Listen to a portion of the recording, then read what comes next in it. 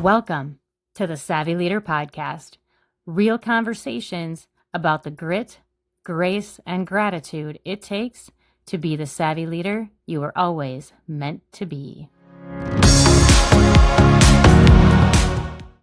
Welcome, everyone, to the next episode of the Savvy Leader Podcast. Today, I am joined by Erica Dirkes. She is an incredible woman with some insightful and inspiring wisdom to share with us all today about managing our time. She is a time management and life coach and owner of Mindful Time Coaching.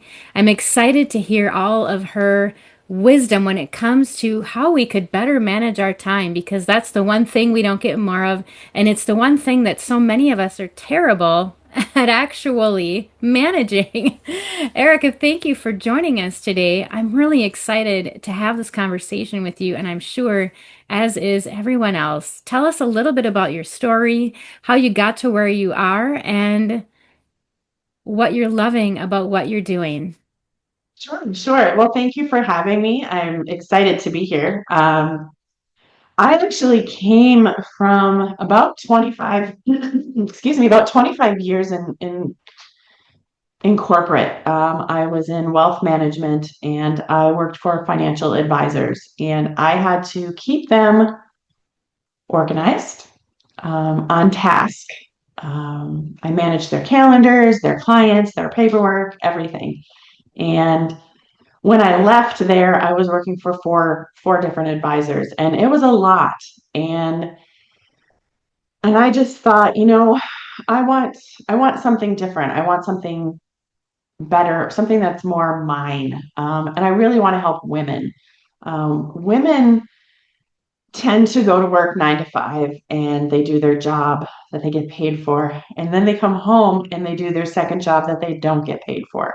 And they're doing all the things around the house with the kids and paying bills and doing all the things. And we do a lot, and it just wears us down. And I want to be able to help women to slow down, to live more intentionally and get more out of life, and be able to ask for help, be able to be okay with the help that you get, and just be more at peace with our life. I think we're just go go go these days, and that's just, it's not good. It's not good for our health, and it's not good for burnout, because some of us will burn out really fast that way. Wow, that was so much there. There was literally so much there. Everything from, and I love your perspective of the women you want to reach, because it's so true that oftentimes, because we are designed to be kind of the home base, manager, We're the caregiver. Yeah. we are. And then on top of that, but we've also been given special gifts and talents that we want to share to the world that equate to things outside of the home, and kind of trying to balance, fulfilling our desires in that way professionally, and also recognizing that we love our children and our children are temporary. They're not going to be with us forever. And you Right. can't help but recognize that eventually, even if you have the privilege to stay at home with your kids and raise them that way, you might want to do something later, and it's hard to get out there after the fact if you're not at least, keeping yourself tied to something during that time frame. Right. But managing your time, and I could feel the pressure when you talked about how you managed four financial planners' calendars. Talk about that a Yes. little bit, and Yes. Well, and it what was kind of, hard. Yeah. Um, it was hard also because I only worked in the same building as one of them. And so the other ones were off in another building, stay also in Minneapolis, but just it was hard. Um, and men are different creatures than women. They need help too, though. So I'm able to help them. I have had men clients, but my passion is to help women. Um, it's just sort of a never-ending struggle with a calendar, and if you don't have the mindset, the calendar and the schedule is just is a tactical tool, right? And it can't help you if your brain is chaotic. Because if your brain is chaotic, your calendar is going to be chaotic. And you have to get your mindset right first. And that was a constant battle because I was always on the calendar and I was never able to help them with their mindset or trying to get them to think about it a different way or allow them time. But they didn't want to rest either, right? They wanted to go, go, go, go, go. And that's just not it's just not a good way to live or work to be always on and have every minute of your day scheduled. It's just you need rest. So it was a struggle, that's what I'll say. Well, and I could feel it in just the tone of your voice, but also just the visual of you in front of four calendars like that, especially in kind of a demanding industry, I think. And then when you toss in, you're working with some men, so you've got to be able to be flexible and adapt. And you've got to have some really good systems and processes in place for yourself, and really Yes. like excellent communication.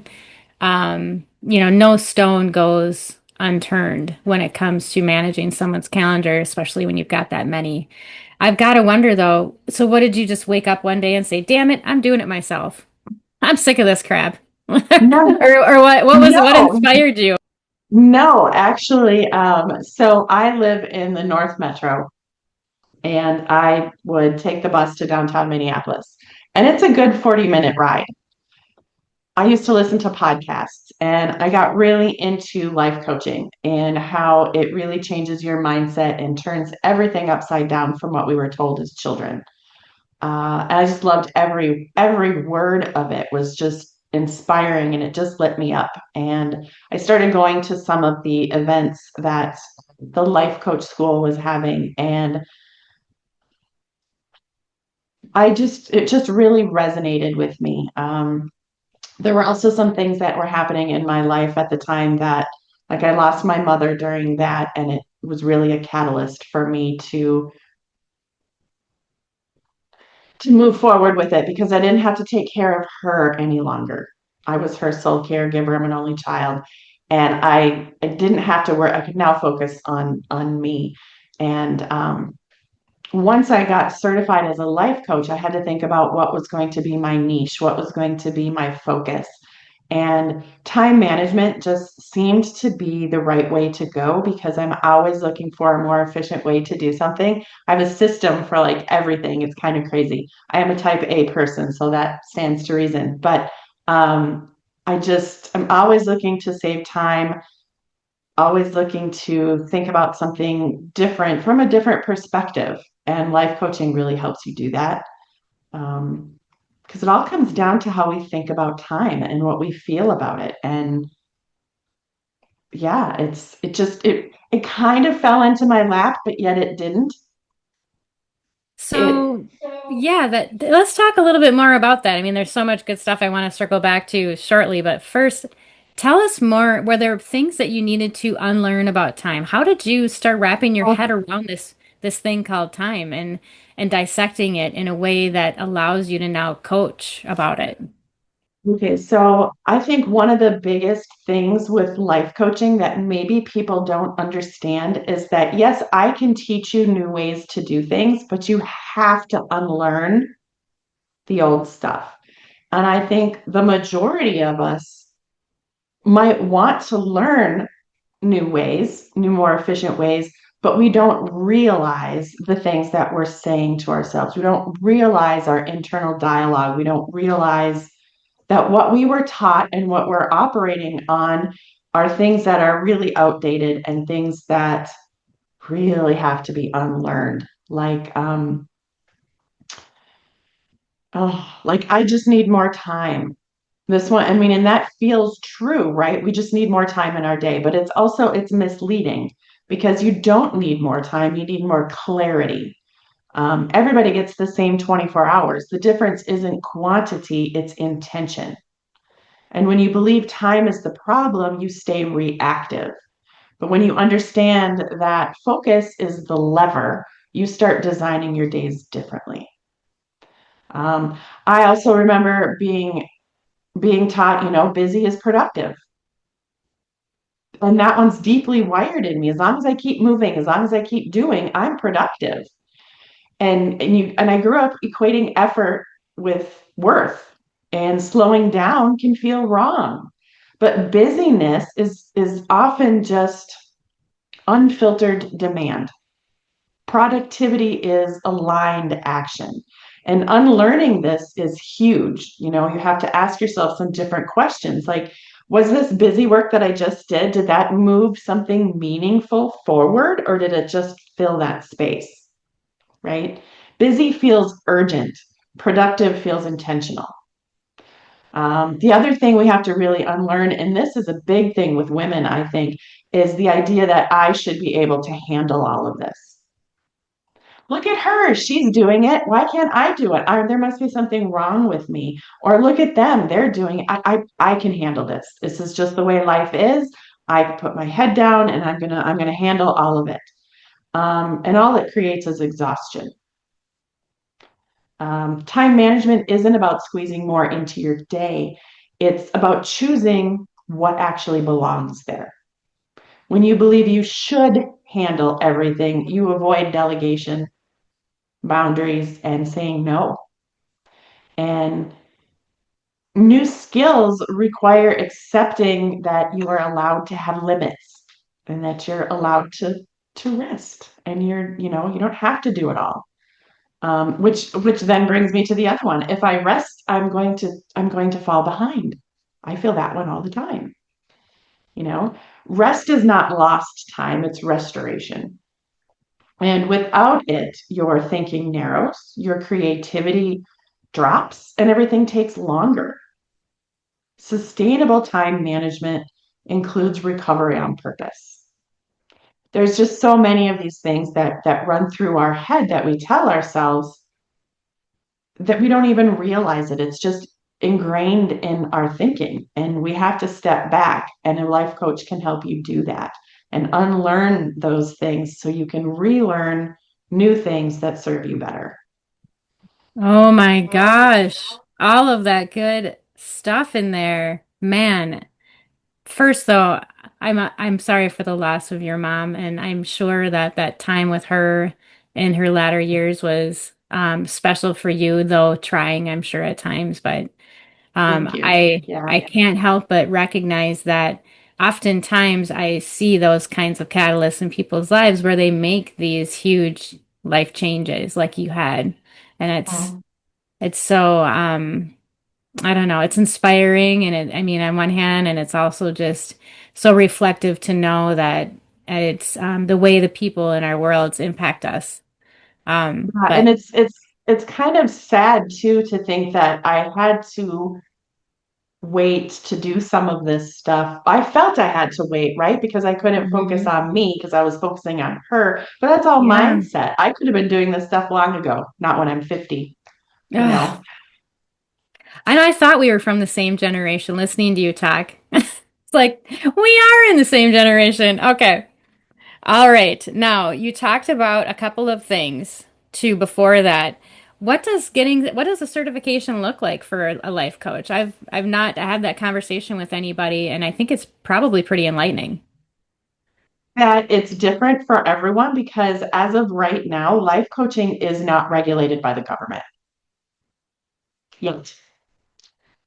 So right now, there are, I think, two different ways you can be certified. You can be certified, like I was certified through the school that I went to, and I went through the life coach school. And that was a year-long process of reading and doing and making videos of coaching people and getting coached myself and doing all those kinds of things. Or you can also go to the International Coaching Federation, ICF. They are a large, more recognized institution that you can get certified through. So I could go and get certified through them. I'd have to meet a bunch of their requirements, which not a big deal, but I haven't done that. But you can. Um, but for the most part, because it's unregulated, anybody could be a coach. Anybody could call themselves a coach, which is very misleading. Um, and I think there are a lot of people out there that have a lot to offer. They have a lot of experience and they make great coaches, but you can't just coach on something you know nothing about, right? So you have to be careful. You have to be careful with who you choose as your coach. And I'm not for everybody. I might not help you in the way that you need it. We may not communicate in a good way. So there's somebody else out there for you. And I'm more than happy to refer people to other coaches. I have a vast network of coaches that I talk to regularly. So if it's not something that I can do, I know somebody that can. Um, so it's really individualized because you have to click with the person, right? You have to be able to um, communicate well. Well, I think it's an important point to mention, though, that there is a process that, coaches go through if they choose to take that path, and recognizing that, that if that's important to you, you might want to ask those questions of someone who you may be considering a Right. coach.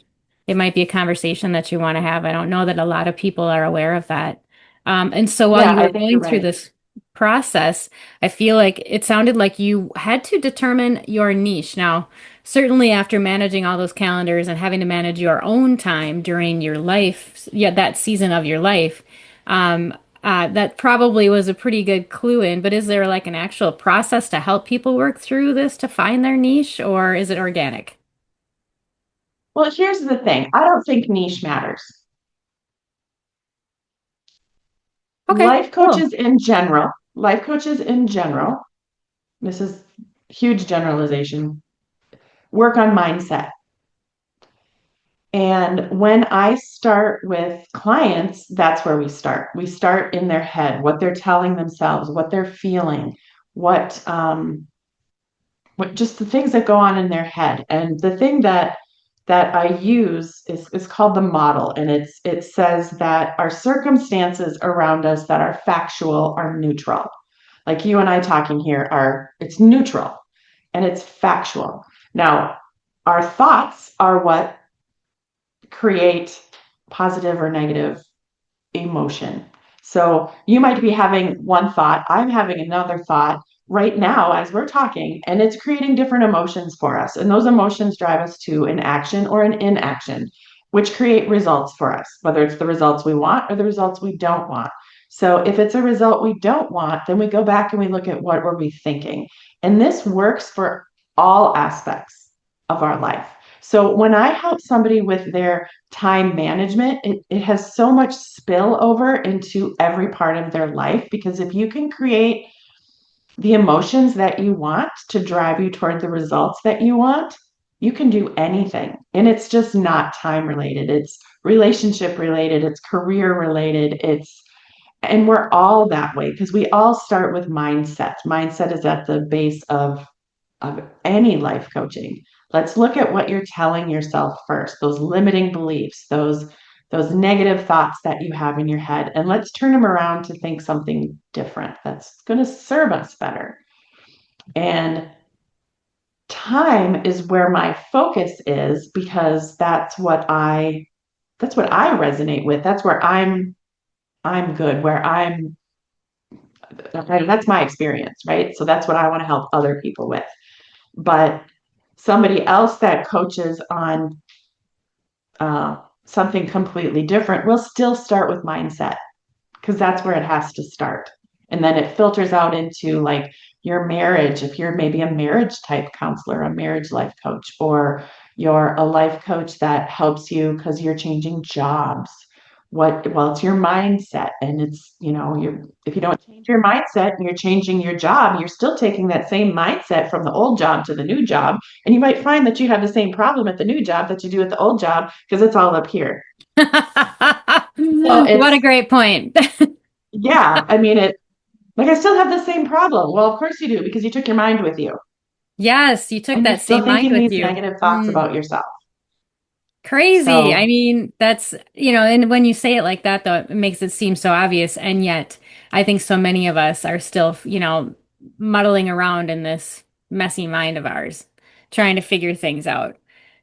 And it's not about going from like a negative mindset to a positive mindset. We don't always want to be positive. I mean, that's ridiculous. It's going to be, life is going to be half and half, positive and negative. And because you have to have the one to have the other. And you have to just try to look at something from a different angle. Like you're not going to say, well, I completely hate my body. I hate it. I'm fat. I'm ugly. I'm whatever. And you're not going to go just like that and say, well, I'm beautiful. I love my body. It's a incremental step where you just go to, I have a body. My body allows me to go to work every day. My body allows me to go to the grocery store. My body allows me to feed my family. Um, all, it's little things that build you up to being able to think more positively about yourself. And in the end, the goal is to love yourself. And when you love yourself, that spreads over to everything in your life as well.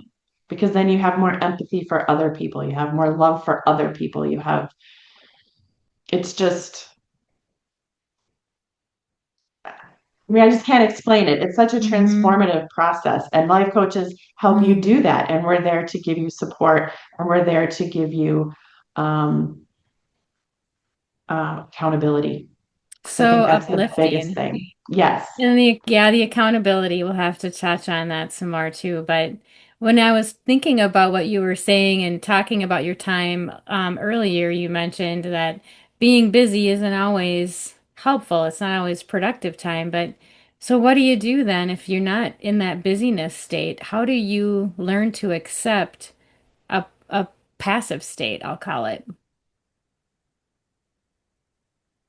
So I am a big believer in making decisions ahead of time. And I help my clients to do that in order to be able to have all the things that they need. So let me back up. I plan, like today is Friday. I plan next week today. I make all my decisions for next week today, even my breaks, even my me time, all of that. Actually, that goes on my calendar first. So that when the time comes for those things, I know that's exactly where I'm supposed to be. That's exactly where I'm meant to be. I'm meant to be relaxing. I'm meant to be watching Netflix in sweatpants on my couch. Because there's nothing wrong with that. We all need that. What we don't want is to be doing that when we're avoiding doing something else. Like if you have go to the gym on your calendar, you should be at the gym because that's where you're meant to be. That's what your past self projected forward to say this is what you need to do in order to reach your goals. These are the things you need to do. And you need to listen to your past self and trust them that they knew what they were talking about. Because how many times have you sat on the couch watching TV while you have all these things looping through your head? I should be doing this. I should be doing this. And why am I not doing this? And oh my gosh, I feel so guilty. And what kind of a parent am I if I'm not, I'm sitting here relaxing. And it's like, no, this is where I'm meant to be. All those other things looping through my head have a place on my calendar. They will all get done. This is my time. This is Mm. this is for me and I need this. So when I visualize your calendar, it sounds like you've got almost every minute of every day accounted for, or No, no? Okay. no. I know it sounds that way. But one of the very first things I do with clients too is to figure out what their priorities are. They're five priorities, not 27, not 32, not 50, but five priorities. And those are the things that you schedule on your calendar. Um, and that's, whatever it is for you. If it's running your kids to and from school, if it's work, obviously most of us would have work on there. Going to the gym, cooking, meal prepping, doing whatever. And then I also have an awful lot of buffer time in between those things because life happens.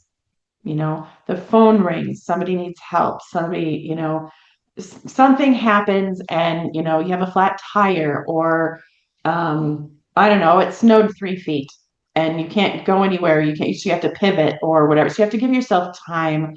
And in those times, you will find things to do if you don't need that buffer time, right? You're going to give yourself, I don't know, an hour or maybe even just a half an hour in between appointments, but you might only need 15 minutes. So that other 15 minutes, hey, I'll put the dishes away in the dishwasher or I'll take a break. I'll go for a 15-minute walk outside, you know. Um, not every single day of not every single minute of my calendar is scheduled. And I got to be honest with you, I am not 100% with this. Mm, I'm not perfect. There sure. are things that I still avoid doing, Mm-hmm. you know. It's I'm human and we're all human and that's just the way we are and nobody's perfect. I have all the tools. I know what I'm supposed to do. I do it the majority of the time, but sometimes you have a bad day and you need to have a bad day and that's okay. You just can't live there. You have to just have your bad day and then pick Mm-hmm. yourself up and go the next day. Yeah. Yeah, you do. And I wonder too if while a person goes through this process of really identifying these priorities and then being so cognizant of how they're spending their time, if they don't get a little bit better at what to do in that downtime. Like if you do have, 45 minutes of free time because you had, Right. something changed. If you're better at kind of either preparing for downtime, whether you got a stack of things that you can, or a little checklist you Right. can refer to of work Right. things, or maybe there's, other lists that you can I mean, tackle. we all have a to-do list, right? Mm, And a lot of times we think, oh, I can relax when I get to the end of my to-do list. mm-hmm, mm-hmm, That's mm-hmm, such a myth. Our to-do list will never be done because we're mm-hmm, always adding to it. So it's mm-hmm. never going to be done. So Yeah. rest when you need it. Yeah. Yes, yes. Okay, so with that then, how does willpower play into managing your time and that discipline of it? Sure. Willpower is kind of a myth, I think, because it doesn't work the way we think it does. Um, it's not because we're weak. It's not because we're not or we lack discipline. It's a short-term force trying to solve a long-term pattern. Um, and it fails for many reasons. Like it relies on our decision energy, which is an internal tug of war that burns our mental energy. Your brain is wired to conserve energy and not fight itself all day. Like if you just decided you were going to go to the gym, or you're asking yourself, should I go to the gym today? And you're thinking about this in the morning, you're looping this through your head all day. Should I go? Should I not go? Well, what would I do instead? Well, I could do this. That would be more fun. But then what am I going to make for dinner? And then do I have the stuff out for that? Do I have everything I need? Do I need to stop at the grocery store? And you have all these things looping through your head. And by the end of the day, you're not like weaker. You're just neurologically tired because you've all these things in your head. Willpower also fights your environment. It wants you to override cues that are right in front of you. That plate of cookies on the counter, I'm not going to eat them. I'm not going to look at them. I'm not going to do it. And it's not just that one thing. It's things all throughout the day, and it's exhausting. Willpower also ignores your identity. Um, if you see yourself as bad with time, you label yourself as bad with time, or I'm always late, or I'm just not disciplined enough. You'll keep needing that willpower to act differently. And eventually you just snap back to what's familiar to you. And it doesn't work. It just works for short spurts of time. Uh, Willpower also assumes that motivation stays high, which is funny because we know that it doesn't. Willpower depends on our emotions, and our emotions fluctuate wildly. Mm, Um, so, willpower is not something that I really even ever talk about because if you mm, flip those around and look at the opposite of what I just sort of said, that's what works, right? You okay. change your environment. Change your Mm-hmm, environment. I talk about friction a lot. mm-hmm, Um, if you're trying to get up every day at 4 o'clock and go to the gym, your body doesn't want to do that. You have that internal friction where you just can't wake up and get out of bed at 4 a.m. Hmm. So remove that friction. Let's go to a different time. Let's go at 7. Let's go in the evening. Let's go, let's figure something else out that works. So we remove the friction for the things that we want to do. And then there are the things that we know we shouldn't do or we don't want to do. So that's where we add friction, right? When the right action is easier than the wrong one, you won't need willpower, right? You're Interesting. setting yourself up for success and you're I like to use this example all the time. So on my phone, I have put all of my social apps all the way to the right in a folder all by themselves. So when I turn my phone on, when I wake it up, I don't see any of those 27 notifications that I have in Facebook. I have to scroll all the way over to see them. Now, does that take a lot of effort? No, but I won't do it. It's just one small piece of effort that I have to do that just keeps me from looking at the things to Smart. get distracted. Okay, So, so this segues us right into boundaries. What do boundary conversations look like with you? I mean, and sustainability. So boundaries hurt sometimes. We know yes, what our boundaries should be. Sometimes we don't right, even want to face it because we don't even want to acknowledge it. We want this boundary because it right, hurts. Then think about it. right, How do you work right, through that? And then ultimately all these beautiful things are in place and how do you maintain all of that right, goodness? right. Okay, so first of all, you have to know what a boundary is. And I think a lot of people don't understand what boundaries are. Boundaries are for you. They're not for anybody else. They're not to make somebody else behave in a different way. We cannot control how other people act, react, whatever. We can only control ourselves. So boundaries are something that we put in place for ourselves. If this happens, then I will do that. If if you start hollering at me, I'm going to walk away. I don't have to even tell you what my boundary is. I can just walk away. I'm not going to be treated like that. That's me protecting me. A simpler one is a time boundary where it's 6:30. I'm done looking at emails for work today. I'm done. It's time boundary. It's protecting me. It's protecting my family, and I'm done. And you may need to share that with your team if you have a team. They're trying to get a hold of you at 7 o'clock at night, and they can't. But they would know then that, hey, she doesn't answer emails. If this is really important, I need to call her. Whatever. Um, or this is work related. I don't do it on the weekends. Or any possibilities here. Um, but sustainable productivity is not necessarily about pushing harder and trying to do these things harder. It's protecting our energy and thinking more clearly. Um, and boundaries themselves shape our capacity.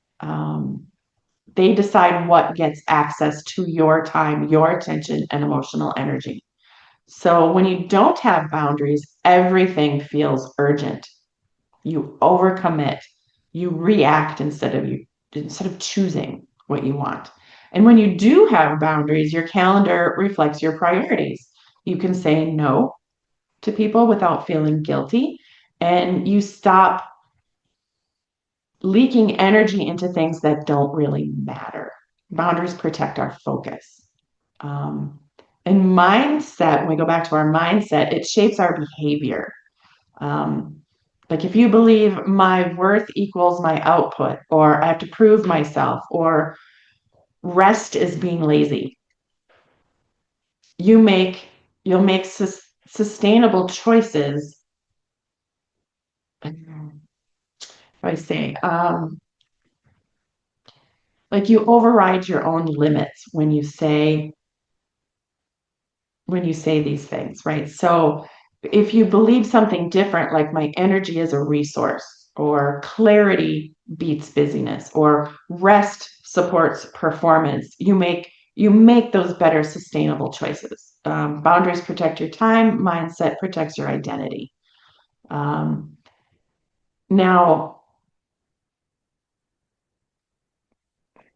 together they can be productive. They can create productivity that doesn't require burnout to maintain. So when you're doing it, gets easier to sustain that. It's easier to keep going when you're taking care of yourself, when you're not doing all the things that don't mean anything to you. You need to do the things that fill you up in order to give yourself fulfillment.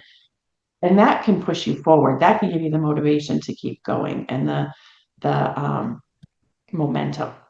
Oh my gosh.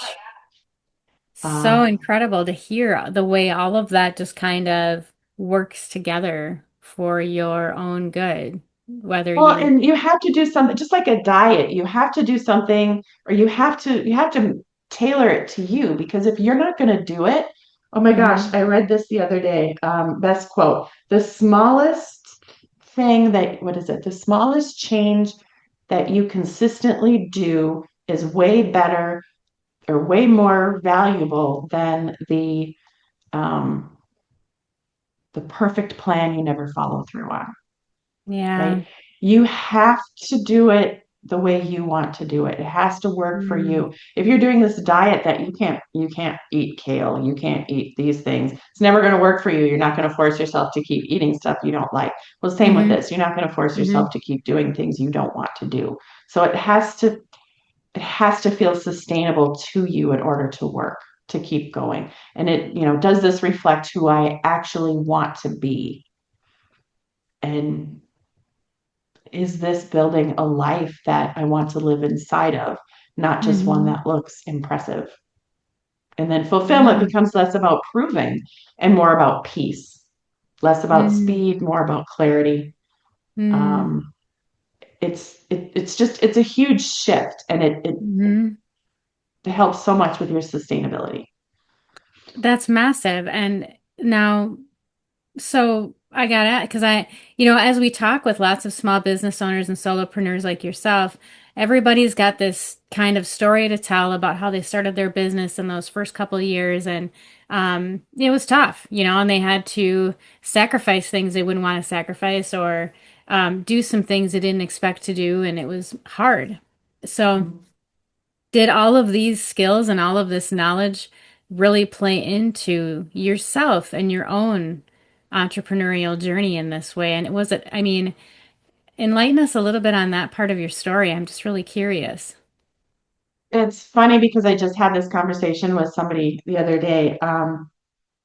As a life coach, we're the perfect people to be entrepreneurs, because we can talk ourselves through all the limiting beliefs and all the doubts that we have and all where somebody that's starting, I don't know, a lawn care business, or I don't know, some whatever, they might get so discouraged that they quit. And we have a better understanding of how mindset plays into that, how you need to keep going and how to talk to ourselves better. So yeah, I think it has helped a lot. It has talked me down from the edge a couple of times, more than a couple of times, if I'm honest.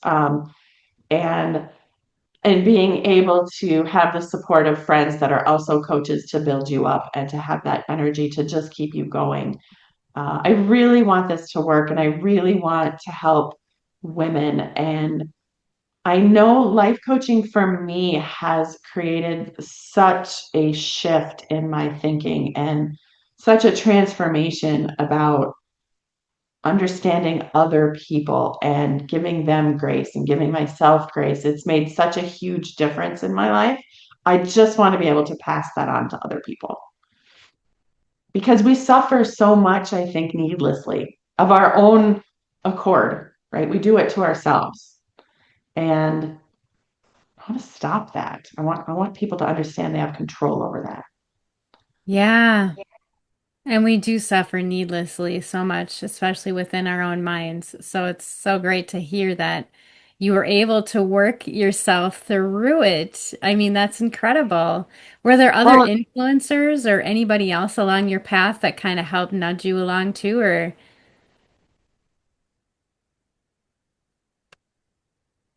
are a few people that I follow, like on Facebook or LinkedIn.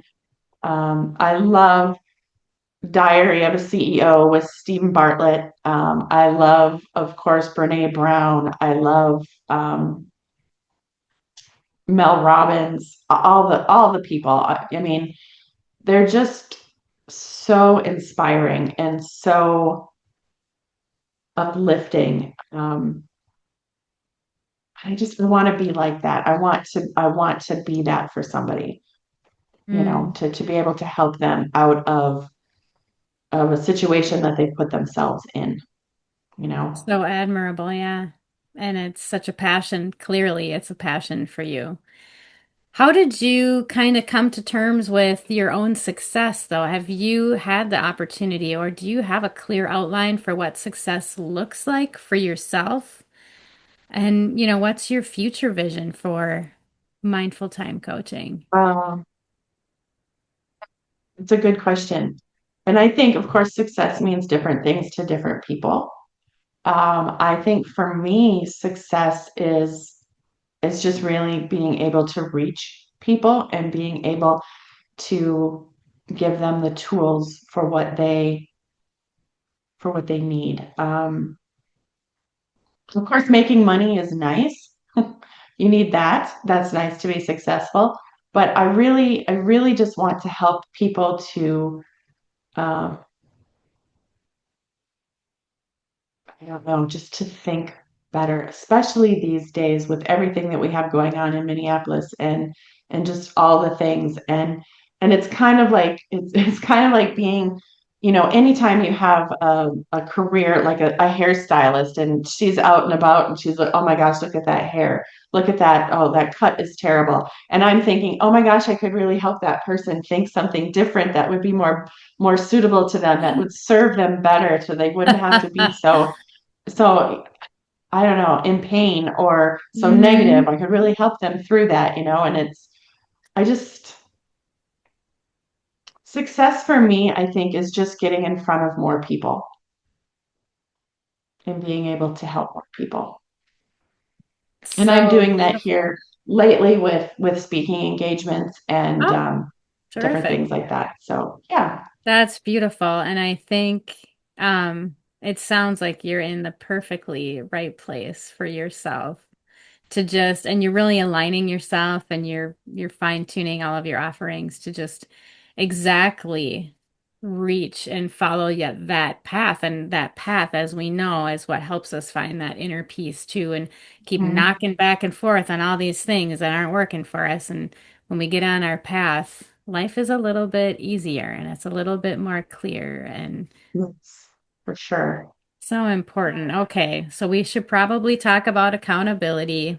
The Well, unfun part. yeah, it's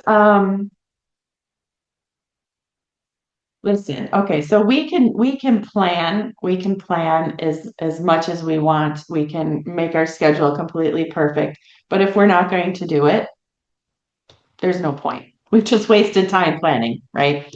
So what I do is I help my clients to stay on track with what they're planning for themselves, what they want for themselves. I actually have a client that I talk to once a week just for 10 minutes to go over, you know, what did you do last week? What are your plans for this week? Did you get everything done you wanted to? If you didn't, why not? What's running through your head? What's stopping you? If it takes more than 10 minutes, we do more than 10 minutes, but we usually are pretty focused on what we're talking about and get it done in that time.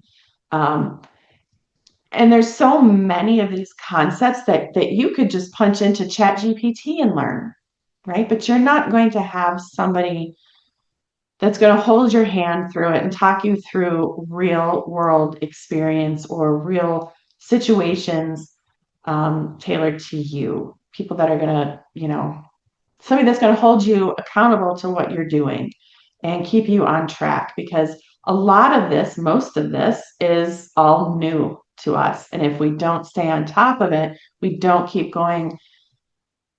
It's like learning a new language. If you don't use it, you're going to lose it. And accountability helps you stay on track. And And I think that's really where my services lie, I think, Mm. So is what's the kind helping. of conversation that you have with the rebel? We all got a little bit of a rebel. Some of us have a lot of rebel. What do you do with the rebels? Oh gosh. Well, Yeah. you have to think about what do they really want, you know? And is this behavior going to get you that, you know? Um, there are most times when I schedule things for myself during the week and I mean, and I schedule them knowing fully that when I get to that day and it's time to do it, I'm not going to want to do it. I'm not going to want to do it.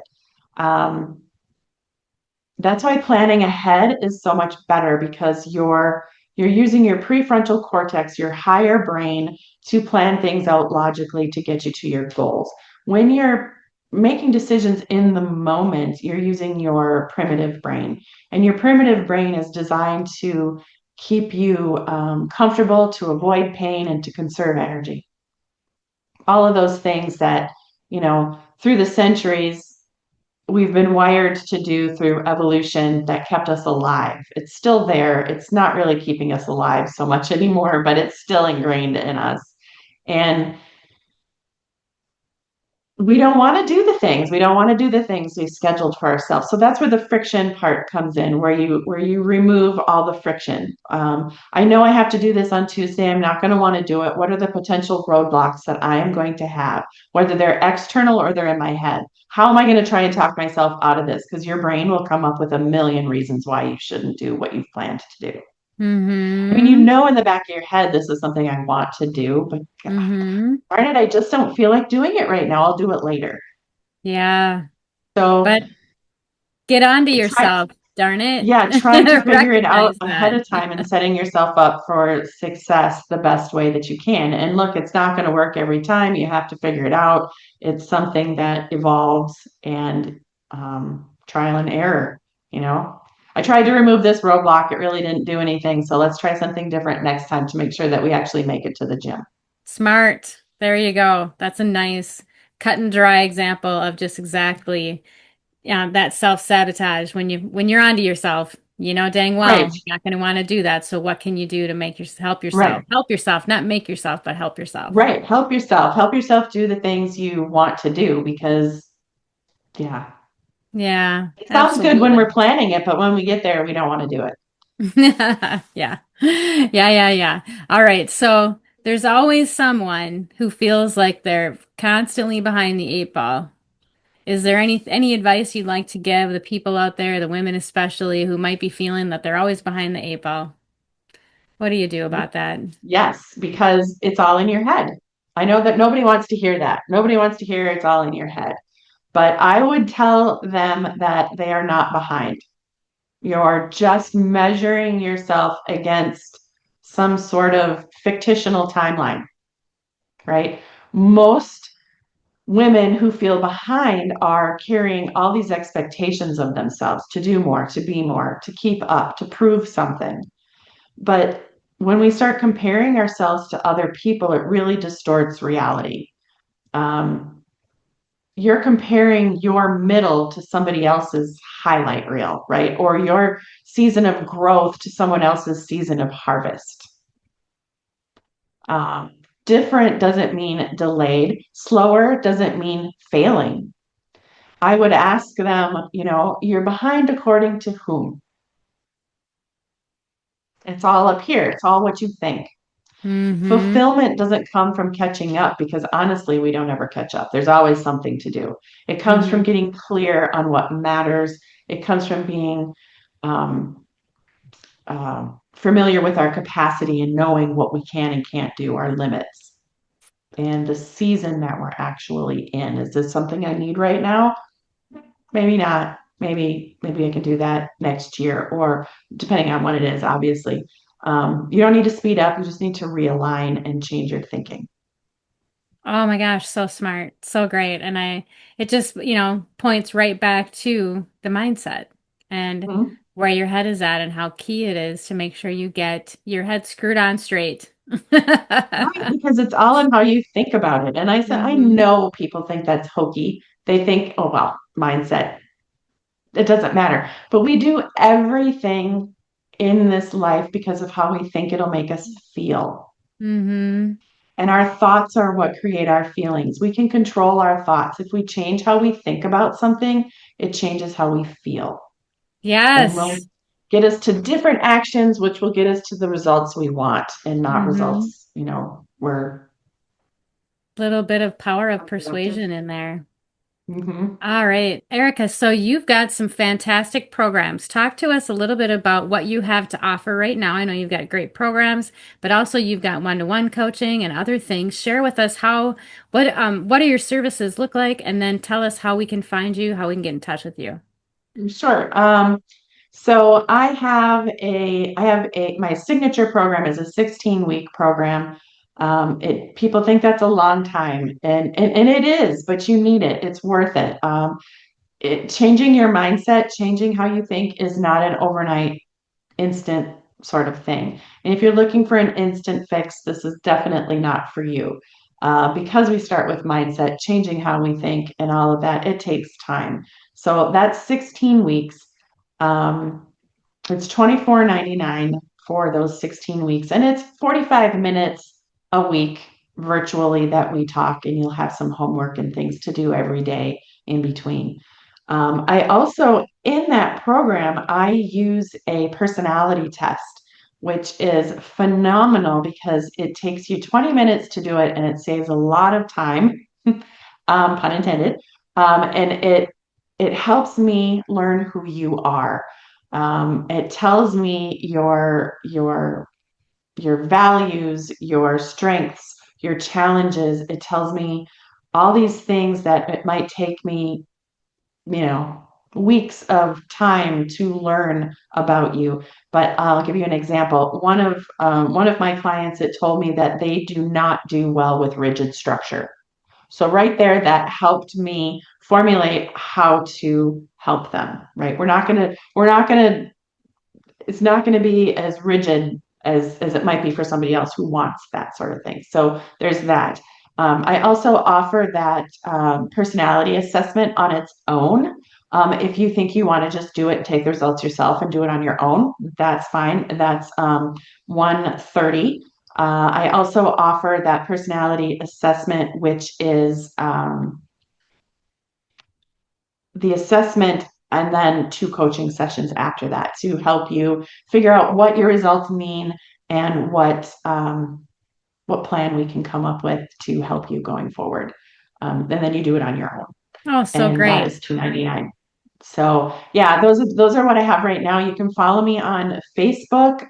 It's just under my name, Erica Dirkes. Instagram is Mindful Time Coaching. And LinkedIn is just my name as well, Erica Dirkes. So you can follow me in those places. I post all the time. I do a time tip Tuesday so that every Tuesday I'm giving you some sort of tip that can help you with your time or your mindset, that sort of thing. I love So, it. and my website, of course, is mindfultimecoaching.com. So you can see Okay. more there as well.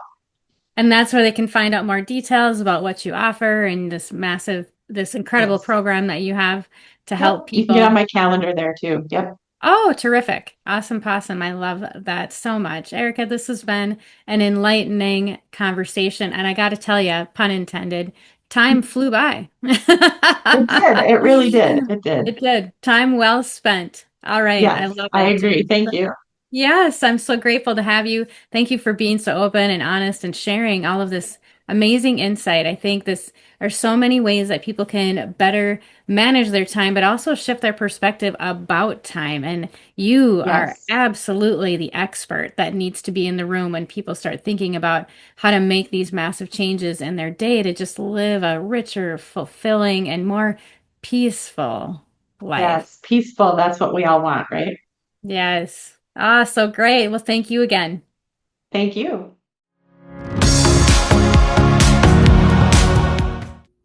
Thanks Thanks for listening to the Savvy Leader Podcast. Be sure to check out the description for any relevant links and additional details that we might have shared throughout this week's episode. And if you're looking to continue this conversation, we'd love to see you over at the Savvy Leaders Lounge on Substack or the Savvy Living Network for additional insights.